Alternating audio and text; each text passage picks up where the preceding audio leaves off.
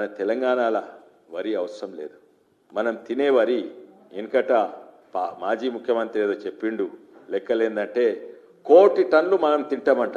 మనం 1 కోటి టన్నులు తినము. యావరేజ్గా ఒక మనిషి 72 కేజీలు తింటాడు ఏడాదికి.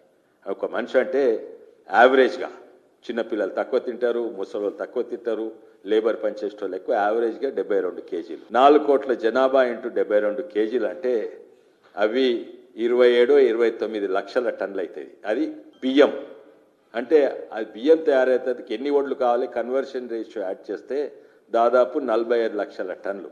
మనం తినే వరి 45 లక్షల టన్నులు తింటే మనం పండించే వరి 2,80,000 టన్నులు పండిస్తాం. ఎవరికి అవసరం ఇది? వరి లేక ఎవరైనా ఆకలితో చచ్చిపోతుండ్రా? భారతదేశంలో ఒక్కడు కూడా చచ్చిపోతుంది. ప్రతి రాష్ట్రంలో వరి ఎక్కువ ఉన్నది, ప్రతి రాష్ట్రంలో.